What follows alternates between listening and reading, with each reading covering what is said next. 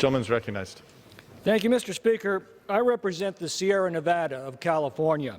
Yosemite Valley, Sequoia and Kings Canyon, Lake Tahoe are all within my district.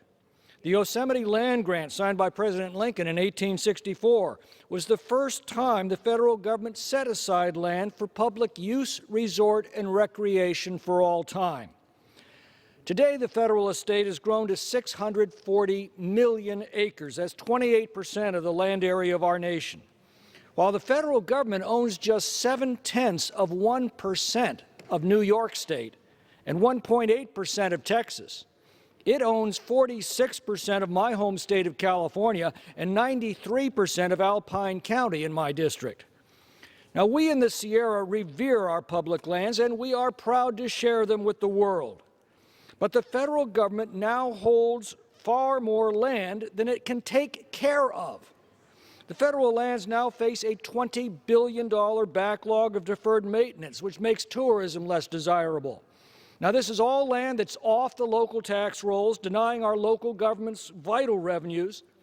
Federal restrictions on productive use of these lands has devastated local economies, and worst of all, the federal government has utterly neglected the management of our forests to the point that they've become morbidly overgrown and now present a constant threat of catastrophic fire.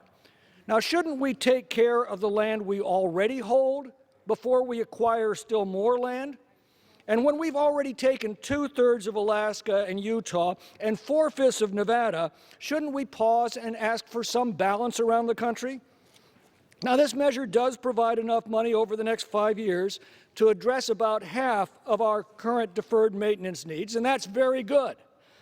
But then that funding disappears, and we're left with locked-in billion-dollar-a-year mandatory spending in perpetuity for new land acquisitions placed outside of Congress's control, while removing the requirement that future acquisitions be focused where the federal government owns very little land.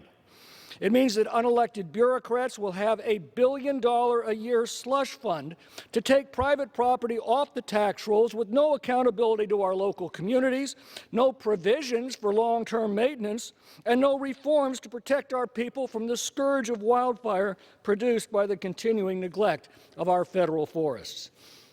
I yield back.